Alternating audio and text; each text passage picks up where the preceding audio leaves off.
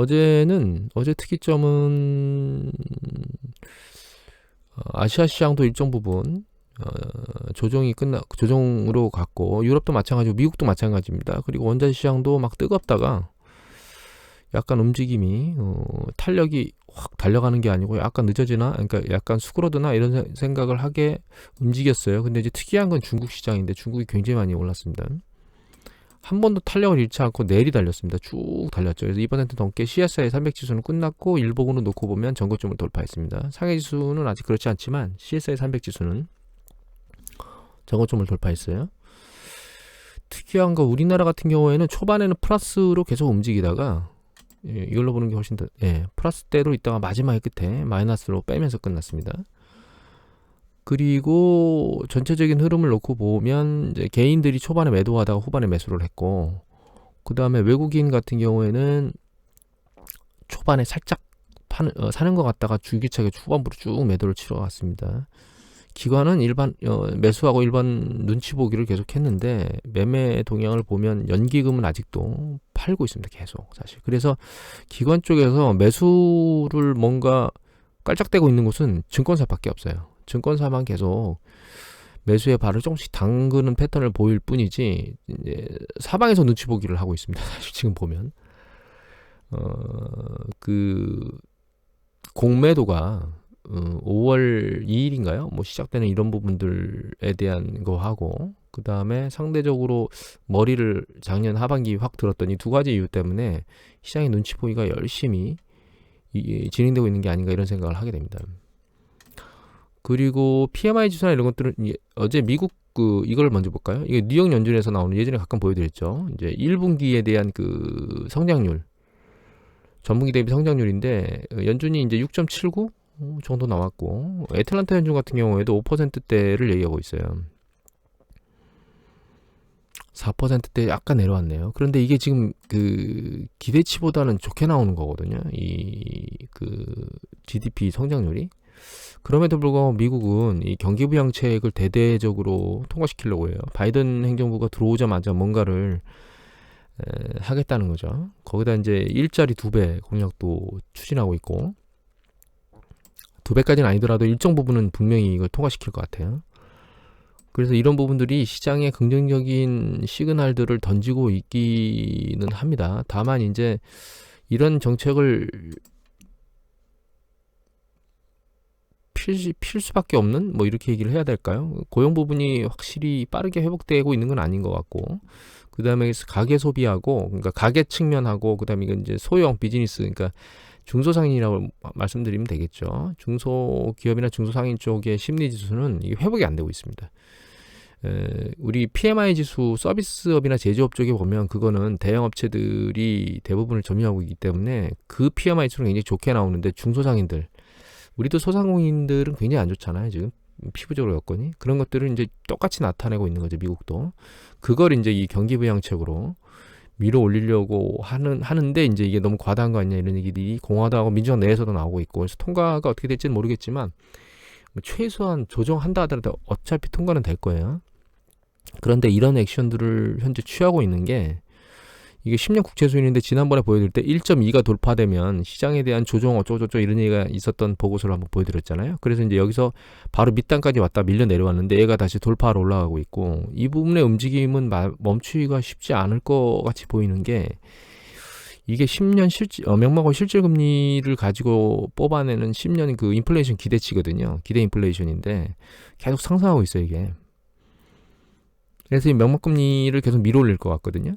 지난번에 1.2% 타겟 포인트로 뭐 S&P 500 지수가 가져야 될 지수, 적정 지수를 계산했더니 이제 조정이 올 것이다라고 하는 이슈가 있었는데, 그것도 이제 그 조정의 빌미가 약간 희미해지면서 지금 시장에서 조정에 대한 동력을 잃은 게 아닌가라는 생각을 하게 되는데,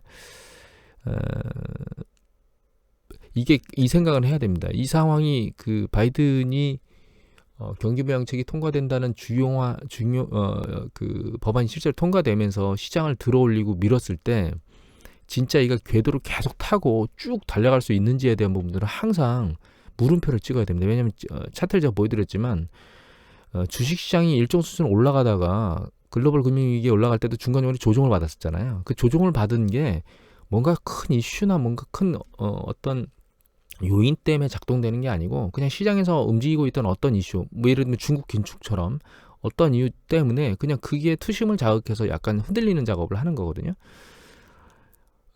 근데 지금 그 주가 시장은 미국의 글로벌의 주식 시장은 경제와 괴리가 너무 떨어져 있는 상태에서 움직이고 있어서 그게 광기 때문에 잘 떠받치면서 올라가고 있는 건 맞는데 조종이 상대적으로 덜하면서 이제 올라가고 있는 건 맞는데 그 요인이 생각을 뒤집어놓고 보면 어느 순간에 갑자기 확 조정을 받을 수 있는 가능성을 항상 내포하고 있다는 부분을 생각하셔야 됩니다. 그래서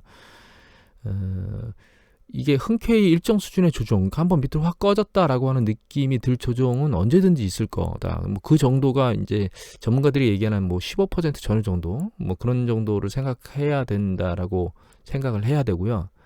항상 마음속에 둬야 된다고 생각을 해야 되고 또 한 가지는 이제 그 조정 시점에 그런 조정이 일어난 이후에 순환 장세로 기존에 선호되던 주식이 이제 소외되고 다른 쪽으로 넘어가는 이런 패턴대로 움직이는 것이 발생할 수도 있다라고 하는 부분들, 그런 부분들에 대해서 염두를 두셔야 돼요.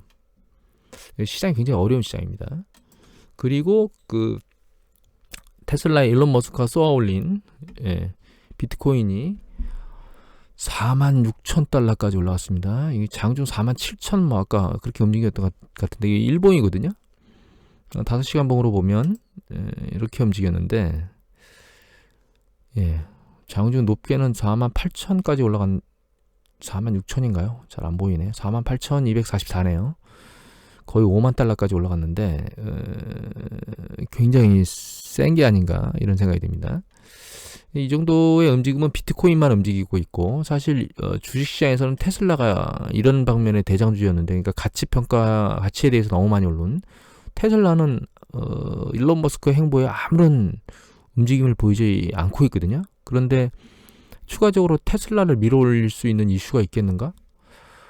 저는 없을 것 같습니다. 개인적으로는. 왜냐하면 올해 실적 발표에 대해서 기대치에 못 미치는 예상 실적이라든가 뭐 이런 발표들을 했기 때문에 테슬라가 과연 밀어올릴 수 있을까라고 하는 부분이 있고 또 한 가지는 요새 애플카, 구글카 막 이렇게 난리를 쳐가지고 자율주행과 관련된 자동차들, 그 다음에 또 한 가지는 유럽 시장에서 전기차 시장에서 테슬라가 2위로 떨어졌다는 보도도 있었거든요. 그러니까 이게 자율주행하고 전기차 쪽에서 계속 공격을 받고 있어요. 테슬라가 각종 그 글로벌 선도 업체들에 의해서. 얘가 과연 그 경쟁에서 지금처럼 독보적인 지위를 유지할 수 있겠느냐라고 하는 부분은 물음표를 계속 찍을 수밖에 없거든요. 그래서 어떤 순간에 어떤 이슈에 의해서 얘가 부러지기 시작하면 이렇게 처참하진 않겠지만 우리가 예전에 봤던 니콜라 같은 건 이런 상황의 움직임을 보일 수도 있다라고 하는 생각을 하셔야 됩니다. 이것도 이제 테슬라가 껍데기는 아니죠. 껍데기는 아니지만 뭔가 존재하고 있긴 하지만 그 존재에 대한 기대감이 너무 큰 거잖아요.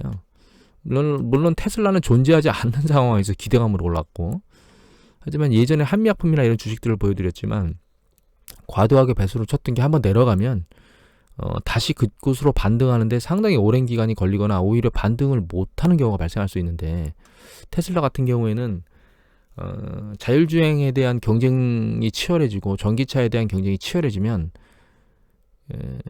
기대치보다 성과를 못 낼 가능성이 농후합니다. 사실. 그러면 얘가 다시 자기가 찍었던 고점을 새로 찍을 수 있을지에 대한 부분은 상당히 오랜 기간 동안 그럴 수 없다라고 하는 생각을 항상 머릿속에 가지셔야 돼요. 게임스탁은 로빈루시 쏘아올린 작은 공이었는데 결과적으로는 이렇게 됐죠. 이거 결과를 니콜라나 게임스탁을 제가 보여드린 이유는 이것 때문에 보여드리는 겁니다. 결과적으로 허상은 붕괴된다는 거예요.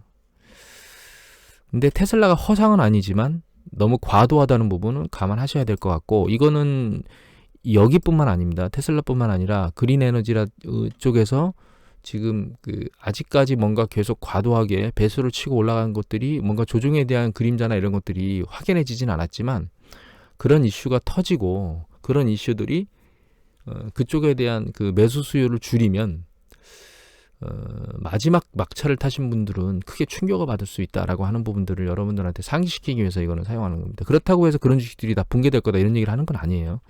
제가 그런 주식들을 안 사고 있느냐? 사고 있는 것도 있습니다. 일단 그리고 마지막으로 말씀드리고 싶은 거는 참고로 마지막에 그런 어떤 이제 언택주나 이런 쪽에서 날라온 주식들이 있다면 매수하시는 건 좋은데 비율을 반드시 조절해서 매수를 하셔야 됩니다. 적정 자기가 생각하기에 손실이 나도 될 만한 적정 수준의 비율을 조율해서 작업을 하셔야 될 것 같고 항상 예민하게 모니터링을 하셔야 됩니다. 이거 마지막으로 보여드리는 건 삼성전자 때문에 보여드리는 건데요. 이 이제 캔들 차트가 필라델피아 그 반도체 지수예요. 이거 이제 그 미국의 그 반도체 관련된 업종들을 조합해서 만든 지수잖아요. 그런데 잘 보시면 이제 이 지수하고 이제 검은 게 삼성전자고 그러니까 보라색 이게 삼성전자고 그다음 검은색이 TSMC 대만 그 파운드리 업체죠. 이 두 가지인데 이 차트는 거의 비슷하게 움직인다 보시면 돼요. 패턴이 똑같죠. 근데 최근 패턴을 보면 필라델피아 반도체 지수는 올라갔는데 삼성전자는 보시면 오르지를 못하고 밑으로 내려오고 있거든요. 그런데 지금 이제 향후에 그 반도체 사이클이 좀 빠르게 다시 호황을 보일 거라는 얘기를 하고 있거든요. 그 측면에서 지금 삼성전자가 약간 소외돼서 움직이고 있습니다. 대만 TSMC 같은 경우에는 보시면 반등했다 내려왔는데 빠른 속도로 올라가고 있죠. 물론 TSMC하고 삼성전자는 기업 포트폴리오가 달라요. 뭐 TSMC 같은 경우는 파운드리만 공격적으로 하고 있기 때문에 D램 반도체 쪽만 물론 D램 그러니까 LSI 쪽도 하지만 결과적으로는 이제 반도체에 대한 그 주문 생산만 받고 있기 때문에 삼성전자 같은 경우는 거기에 뭐 스마트폰도 팔고 있고 백색가전도 팔고 있고 이렇기 때문에 다르잖아요, 섹터가. 그렇다 하더라도 이렇게 계속적으로 소외되지는 않을 것이다라는 게 제 개인적인 생각입니다. 그런 부분 때문에 삼성전자를 적정 수준에서 잘 보유하는 게 긍정적일 거라고 보고 있고, 또 한 가지는 얘가 만약에 밑으로 쓸려 내려간다 하더라도 결과적으로는 포트폴리오 차원에서 여러 가지를 잘 구축하고 있기 때문에 과도한 하락세를 보이지는 않을 것이다 라고 판단하고 있습니다. 손실이 나더라도 상대적으로 큰 손실은 아닐 것이다 라고 하는 생각을 하고 있는 거죠. 장기적으로 이 패턴을 볼 때 이걸로 보니까 잘 안 보이네요. 잠시만요. 이거 삼성전자 월봉입니다. 장기적으로 보면 삼성전자가 한번 뻗고 횡보를 반복하거든요. 근데 잘못하면 여기서 보였던 것처럼 이게 반도체 사이클이 한번 올라갔다가 그 다음에 이게 밑으로 이제 쓸려 내려간 거거든요. 근데 여기 시장에서 잘못하면 이렇게 쓸려 내려갈 수도 있는 가능성이 제로다라고 할 수는 없지만 지금 현재 뭐 전기차라든가 혹은 그린 에너지라든가 뭐 이런 쪽, 그 다음에 반도체 사이클의 호황이 다시 올 거라든가 이런 여러 가지 전체적인 산업 동향의 움직임을 보면 사이클이 여기까지 밑으로 밀려나갈 사이클은 없다고 생각하고 있습니다. 개인적으로. 단 전제 조건이 100% 확실한 건 없어요. 그래서 결과적으로는 조심스럽게 이 삼성전자에 들어오시려면 접근하셔야 될 것 같고, 이거 윗단에서 잡으면 위험할 수도 있다는 생각을 항상 하셔야 됩니다. 박스권에 갇히거나 올라가더라도 상당히 미진하거나, 근데 이제 떨어질 때는 상대적으로 이제 많이 밑으로 밀려와서 뭐 7만 원대, 6만 원대 후반 이렇게까지 밀릴 수 있다는 가능성은 항상 오픈하고 작업을 하셔야 된다는 것. 그렇지만 이제 이 필라델피아 지수를 놓고 보면 약간 소외돼서 움직이고 있기 때문에 여기서 계속 소외되는지는 지켜봐야 되고, 얘가 이 필라델피아 지수나 TSMC 지수를 따라 움직일 가능성은 충분히 존재한다라고 하는 부분들을 감안하고 생각을 하시면 될 것 같아요. 오늘은 이것으로 마치도록 하겠습니다. 감사합니다.